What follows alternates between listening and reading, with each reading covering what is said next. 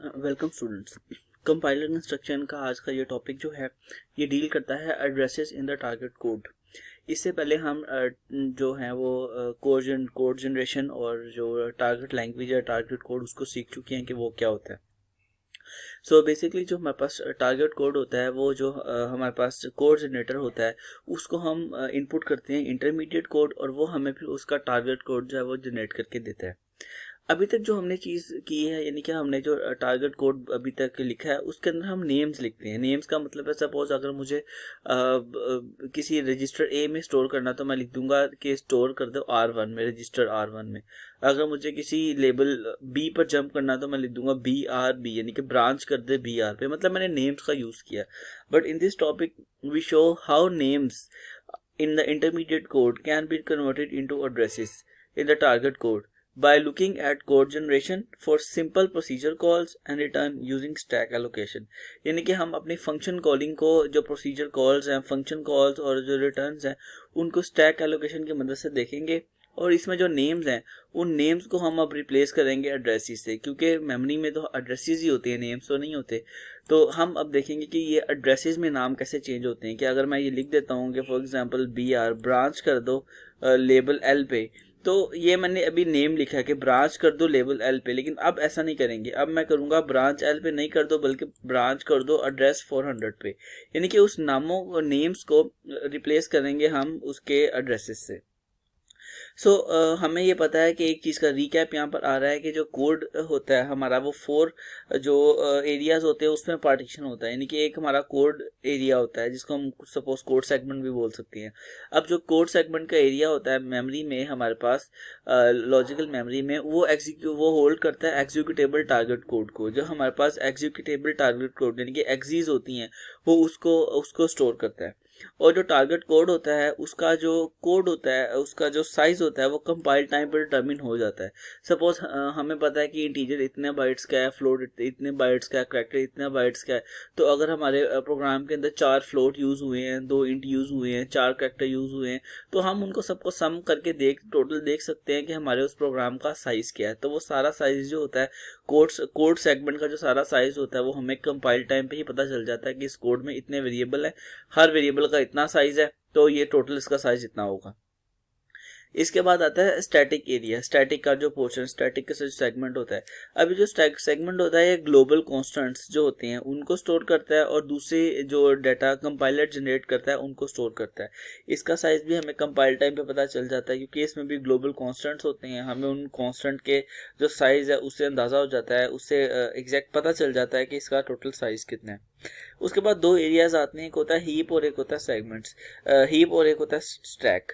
ये जो 2 सेगमेंट्स या जो 2 एरियाज होते हैं ये ऐसे एरियाज हैं जो डायनामिकली ग्रो करते हैं, क्योंकि जो हीप और जो स्टैक होता है वो डायनामिकली ग्रो करते हैं। We can predict their size at compile time. हमें कंपाइल टाइम पे पता नहीं होता कि इसका टोटल साइज कितना है। फॉर एग्जाम्पल अगर एक ऐसी अरे है जो कोई पॉइंटर की अरे है, पॉइंटर बेस्ड अरे है, जिसमें यूजर ने ही एंटर करना है कि मैंने 10 एलिमेंट्स के लिए बनानी है या 10,000 एलिमेंट्स के लिए बनानी है।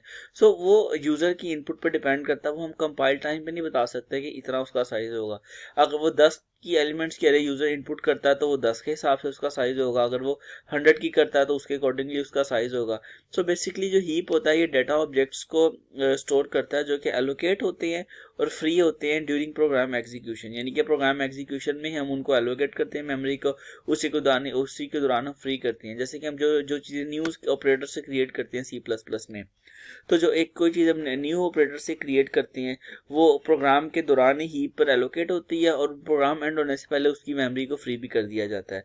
सो इसका साइज कंपाइल टाइम पर डिटरमिन नहीं होता। Same like with stack holds activation records of procedure calls. पहले भी डिस्कशन हो चुकी है कि जो स्टैक होता है वो जो प्रोसीजर कॉल्स होती है, जो फंक्शन कॉल और उसकी जो रिटर्न्स होते हैं उनका जो एक्टिवेशन रिकॉर्ड है उनको स्टोर करता है। क्योंकि हमें ये पता है कि जब हम फंक्शन कॉल करते हैं उनकी जो रिटर्निंग होती है वो रिवर्स ऑर्डर में होती है। कि फॉर एग्जांपल ए ने बी को कॉल किया, बी ने सी को कॉल किया, सी ने डी को कॉल किया। अब जब इन्होंने एंड होना तो रिवर्स ऑर्डर में होंगे।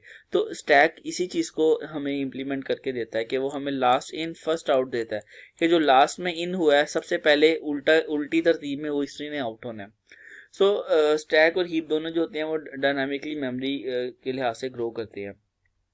अब स्टैटिक स्टैक एलोकेशन हम देखते हैं, इसमें हम ये देखेंगे कि जो हमारी प्रोसीजर कॉल्स होती हैं, जो फंक्शन कॉल होती हैं और जो रिटर्न्स होते हैं, उनको हम अपने 3 एड्रेस के अंदर और उसको हम अपनी जो कोड जो हम अपना जो टारगेट कोड होता है उसमें कैसे अकोमोडेट करते हैं। सो यहाँ पर हम 4 जो हैं वो चीज़ें यूज़ करेंगे। हम कॉल का फंक्शन यूज़ करेंगे जो किसी फंक्शन को कॉल करने के लिए होगा। रिटर्न जो किसी फंक्शन से रिटर्न लाने के लिए। हॉल्ट का मतलब है कि वहाँ पर प्रोग्राम जो है वो हॉल्ट हो जाएगा, बंद हो जाएगा। एक्शन कोई भी एक्शन करने के लिए हम यूज़ करेंगे।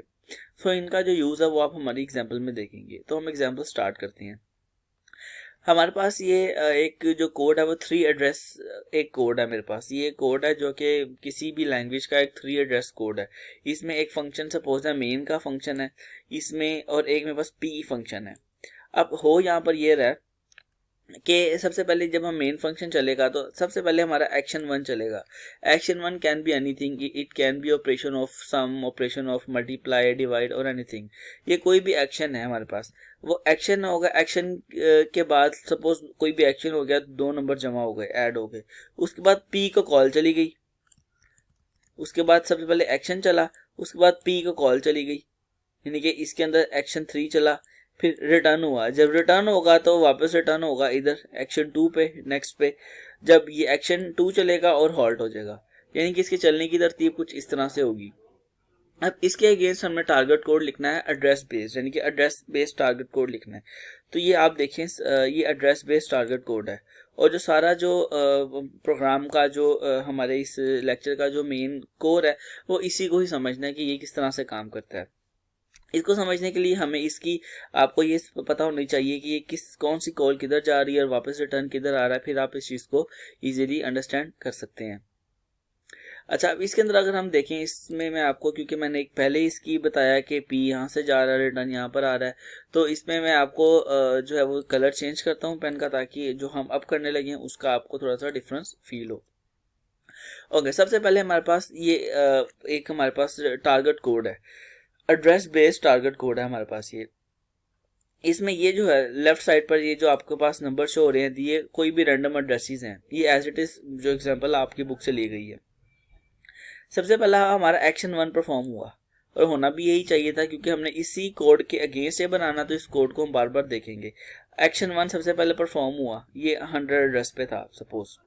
उसके बाद पी पे कॉल होना है। याद रखना है कि जब भी कोई फंक्शन कॉल करता है ना, जब भी यहाँ से यानी कि कोई भी फंक्शन कॉल होता है, तो फंक्शन कॉल होने से पहले अपना रिटर्न एड्रेस दे के जाता है कि मैंने इस जगह पर वापस आना है।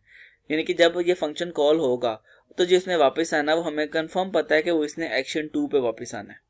यानी कि जब एक कॉल जानी है फंक्शन को और जब इसने रिटर्न होना, तो ये अंडरस्टूड है कि इसने एक्शन 2 पे रिटर्न होना है, यानी कि इस स्टेटमेंट पे रिटर्न होना था, वो उसका एड्रेस सेव करेगा। अब देखिए यहाँ पर हो क्या रहा है, यहाँ पर अभी तो आगे वो नहीं किया, अभी तो ब्रांच नहीं हुई, यानी कि फंक्शन कॉल नहीं हुआ। कॉल होने से पहले ये काम हो रहा है, ये वाला कॉल होने से पहले वो अपना रिटर्न एड्रेस सेव करवा रहा है। वो कह रहा है स्टोर कर दो एड्रेस हैश 140 का मतलब है एड्रेस जो आपका मेन एड्रेस होता है, जो एब्सोल्यूट एड्रेस होता है। 140 जो एड्रेस है उसको 364 जो एड्रेस है उस पर स्टोर कर दे, यानी कि जो 364 मेमोरी में एड्रेस होगा ना कहीं पर, वहां पर ये लिख दे कि मैंने 140 पे जाना है। यानी कि जो 364 सपोज ये मेरे पास है, यहाँ पर ये मैंने लिख दिया कि मुझे जो है वो 140 के मुझे 140 पे जाना है। जब भी इसकी बारी आएगी 364 पे मैं आऊंगा तो मैं 140 पे चला जाऊंगा, तो इसे 140 पे स्टोर कर दिया। अब 140 एक्चुअली है क्या? 140 असल में है ये वाली लाइन है। ये लाइन असल में वो लाइन है जो हमारे रिटर्न होने के बाद चलनी है, क्योंकि हम देख सकते हैं यहाँ पे कि जब फंक्शन यहाँ पर आएगा पी, तो ये सारा काम अपना जब करेगा, और जब ये वापस जाएगा तो ये किधर जाएगा? ये नेक्स्ट लाइन पर जाएगा, और नेक्स्ट लाइन है एक्शन 2। तो इसका मतलब है कि जो उसने वापस जाना है वो एक्शन 2 पे जाना है, यानी और ये एक्शन 2 है, ये इसका रिटर्न एड्रेस सेव हो गया कि जो रिटर्न होना है वो एक्शन 2 पे रिटर्न होना है। अच्छा, उसके बाद ये तो हो गया। उसके बाद जब उसने अपना रिटर्न एड्रेस सेव कर लिया है, अब उसने जाना है ब्रांच करके, यानी कि उसने जिस जगह पर भी जाना है कॉल करना है वो उधर जाना है। अब उसने कॉल किधर जाना है? पी ने कॉल होना है इधर, यानी कि एक्शन 3 पे उसने जाना है।